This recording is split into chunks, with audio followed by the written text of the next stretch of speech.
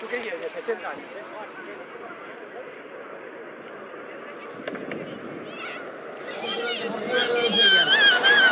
Tercer clasificado, Fernández, a su video María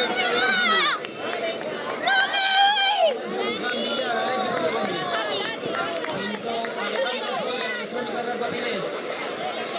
Sexto, Álvaro Juárez Menéndez,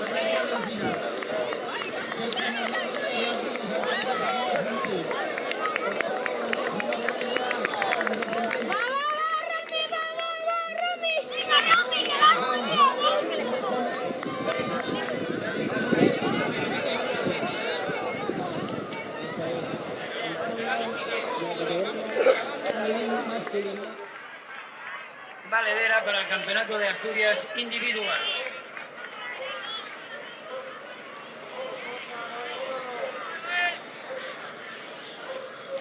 Categoría infantil masculino, primero y vencedor del Gijón Atletismo Nicolás Álvarez.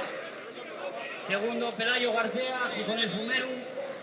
Tercero, Pablo Ortega, Electrónica Recordés. Cuarto, Alejandro Onís, Gijonel Fumeru. Muy bien, Anselmo, venga. Quinto, Iván Pérez, Gijón Atletismo. Sexto, Marcos Vélez, Iglesia Fonatescas. Séptimo, Manuel Menéndez, Atletismo Lugones. Octavo, José Javier Suárez, Atlética de Vecina. Noveno, Mario Ferreras Fernández, Gijonel Fumeru. Y décimo, Manuel Antonio Suárez Baigorri, Atlética de Vecina.